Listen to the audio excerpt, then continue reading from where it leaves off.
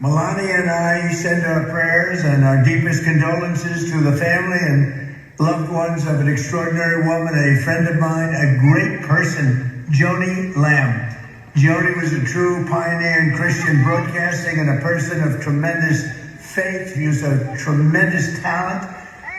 She was a loving person, a person that was just so believable in so many ways, and she's going to be missed. Alongside Marcus, they built one of the largest Christian networks and ministries in the entire world, touching the lives of millions and millions of people and touching them in the right way.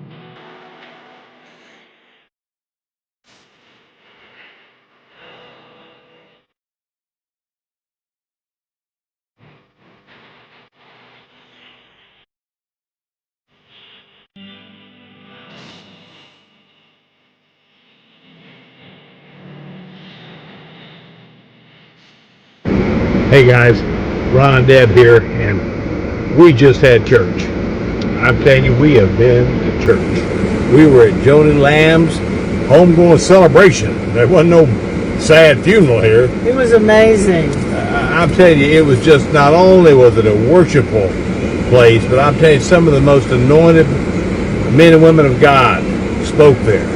I mean, the room was full of generals. Oh, I'm telling you, when Nicole C.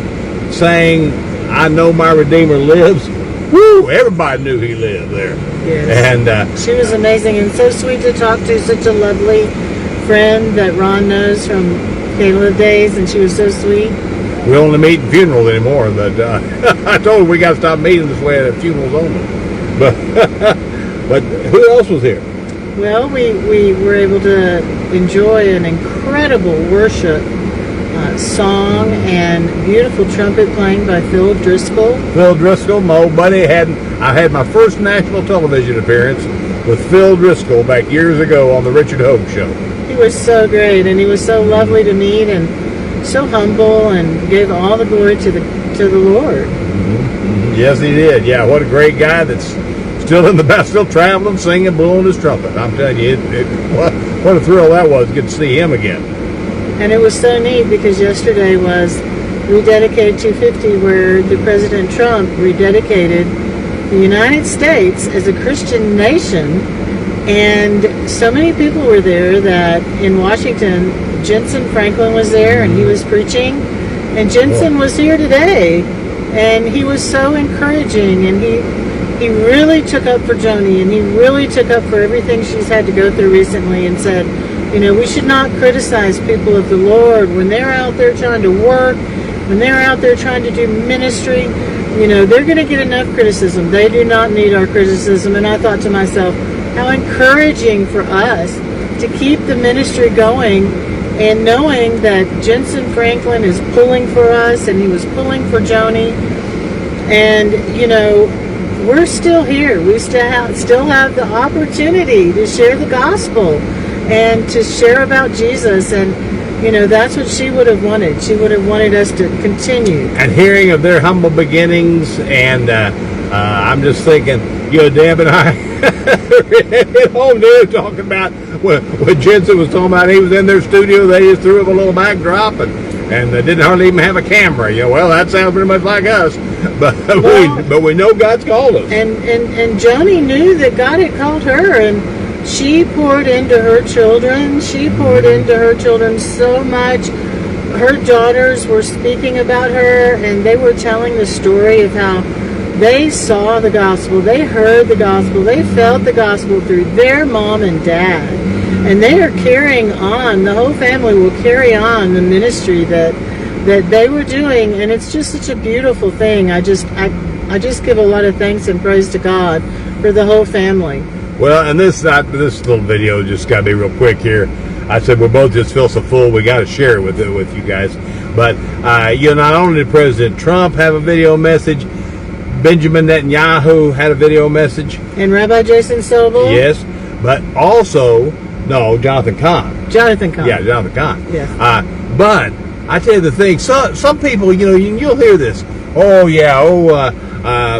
Osteen. Joel Osteen, yeah, he's just such a fake. He's not a fake. I'm telling you, he stood there. Is he perfect? No. Are you perfect? He cried, y'all. Are you perfect? I am not. I'm not either. Perfect. He stood there. He cried. And he couldn't hardly get it. I mean, those were genuine tears. They weren't fake or try to put on. He loved Joni. He loved Joni. Joni. Yes. And so many people did. Andrew Womack was there. You got to talk with him. And his wife. And they were such a lovely couple. And yes. they were so sweet to us. And I mean, honestly, Joni, she just knew everybody. And she helped everybody. I met her several times.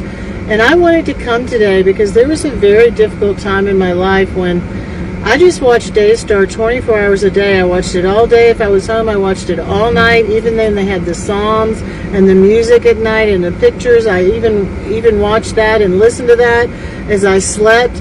And I really think that their network got me through a very difficult time. And I wanted to come here today to support her and to let her know that we loved her ministry so much, and we loved her. We love her family. We're praying for her family.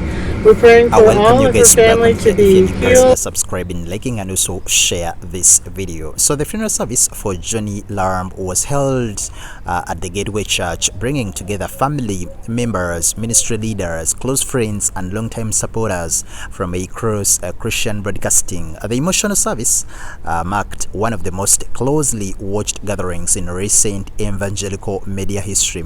I think it's you can compare it to the funeral of Marcus Lamb. You can also compare it to some of the popular evangelists who have actually transitioned to heaven in the recent history. So it really followed the shocking passing of the longtime Daystar Television Network leader, and of course, according to the official funeral brochure and images, footage we've been seeing online circulating among the attendees, we saw Jentezen Franklin delivering a very, very emotional eulogy, while Jonathan Cahn offered a special prayer and blessing over the Lamb family. Worship throughout the service was led by the Daystar singers, including a recessional performance of the Agnus Dei. Of course, the printed program carried the tribute title, A Life Surrendered, beneath a photo of Joni Lamb at the microphone, reflecting her decades-long public ministry. The family members were visibly present throughout the service. Jonathan Lamb and his wife Susie attended alongside other family members of the Lamb family, including Rebecca, Rachel, Joni's son-in-law, Joshua Brown, commonly known as Pete, and of course Jonathan Weiss were also listed among the pallbearers alongside several long-time ministry associates and close family friends. President Donald Trump also came out and gave a very powerful emotional speech that touched almost everyone who was in the audience. And of course, another talking point we could see was Daystar deciding not to let in the podcasters, YouTubers, and social media commentators inside the funeral. We saw one of them actually coming out and said that when he reached the gateway gate, the security told him that he's not allowed in, and he just drove away. So the funeral is actually being streamed today. They are going to stream it on Daystar. Some people are saying that majority of the speeches were edited by the producers, which